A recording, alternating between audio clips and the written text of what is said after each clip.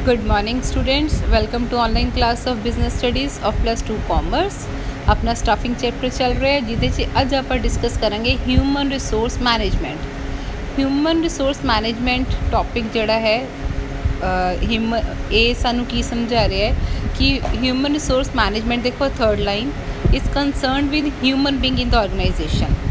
Human resource connected किहदे नाल है? ह्यूमन बीइंग्स जिहड़े भी आप ऑर्गेनाइजेशन च हायर करते हैं। हुण ह्यूमन रिसोर्स ने एक नवा नज़रिया दिता है जिस ऑर्गेनाइजेशन अपने मैन पावर नूं अपॉइंट किए हुए परसनस नूं अपना एसेट मन के चलती है।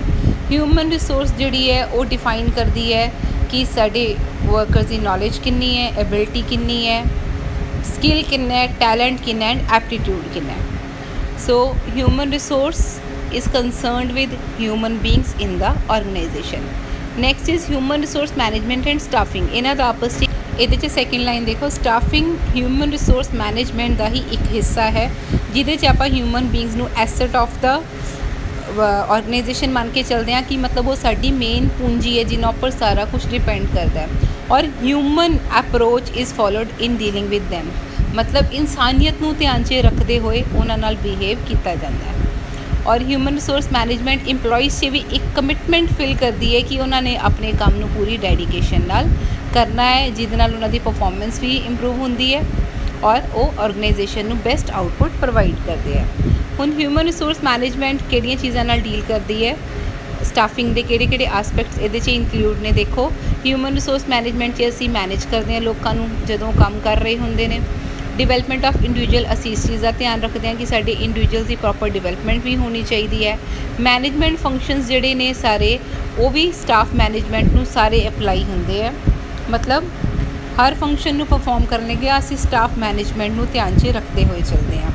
Next is attending to staffing function such as human resource management इस चीज़ का भी ध्यान रखती है कि असीं रिक्रूटमेंट किवें करनी है, सिलेक्शन किवें करनी है और प्लेसमेंट किवें करनी है। ये भी ह्यूमन रिसोर्स मैनेजमेंट का ही पार्ट है। और ह्यूमन रिसोर्स मैनेजमेंट होर किहड़ा आस्पेक्ट इंक्लूड करती है? Achieving competitive advantage through strategic development of committed and capable workforce, मतलब कि आपां ह्यूमन रिसोर्स के थ्रू ऐसियां स्ट्रैटेजीज बनानी है, उन्हां तो इन्नी को कमिटमेंट लैनी है काम की कि आपां अपने कॉम्पीटीटर्स के मुकाबले उन्हां तो वधिया एक स्टैप अगे रह सकीए। ह्यूमन रिसोर्स मैनेजमेंट वाला जिहड़ा कंसैप्ट है वो एवोल्यूशन किवें हुई, वो शुरुआत किवें हुई, वो बहुत सारिया स्टेजिज आई हैं। सब तो पहली स्टेज सी कहते इंडस्ट्रीयल रेवोल्यूशन जदों आया तो फैक्ट्री सिस्टम स्टार्ट हो गया। हुण फैक्ट्री शुरू होने तो बाद सैपरेशन होने लगी, ओनर्स अलग तो मैनेज करने वाले बंदे अलग तो हायर किए जाते सी।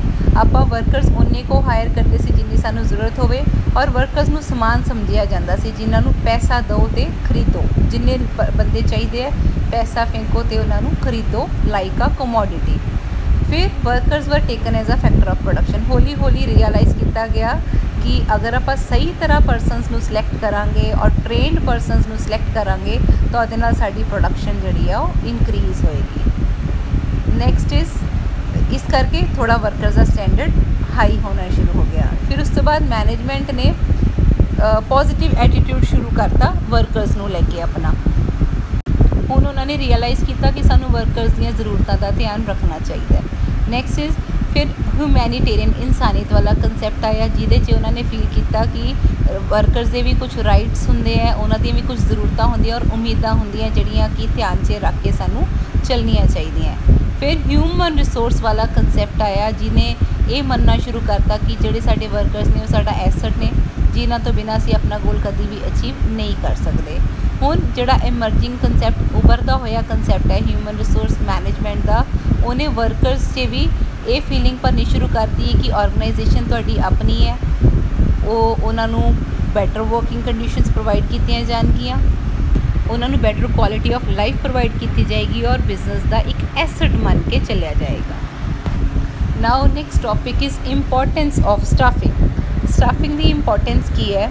स्टाफिंग फंक्शन जिहड़ा है वो बिजनेस की एफिशिएंसी नू इंक्रीज़ कर दिंदा है। स्टाफिंग फंक्शन बहुत इंपॉर्टेंट फंक्शन है because of the following reason. सब तो पहला है appointing persons as per requirement. Staffing function सानू इस चीज़ नू समझण च हेल्प करता है कि सानू किन्ने परसनस रिक्वायर्ड ने, ਕਿੰਨੀਆਂ ਜੌਬ ਵੈਕੈਂਸੀ ਸਾਡੇ ਕੋਲ ਹੈਗੀਆਂ ਨੇ ਔਰ अपॉइंटमेंट उन्ने ही परसनस की की जाती है जिन्ने रिक्वायर्ड होन। Second is placing right person at right job. Staffing function सानू इस चीज़ से भी हेल्प करता है कि असी सही परसन नू अपॉइंट करिए सही जॉब लई, जो जिहड़ी जॉब लई सुइटेबल है उन्होंने उही काम प्रोवाइड किया जाए।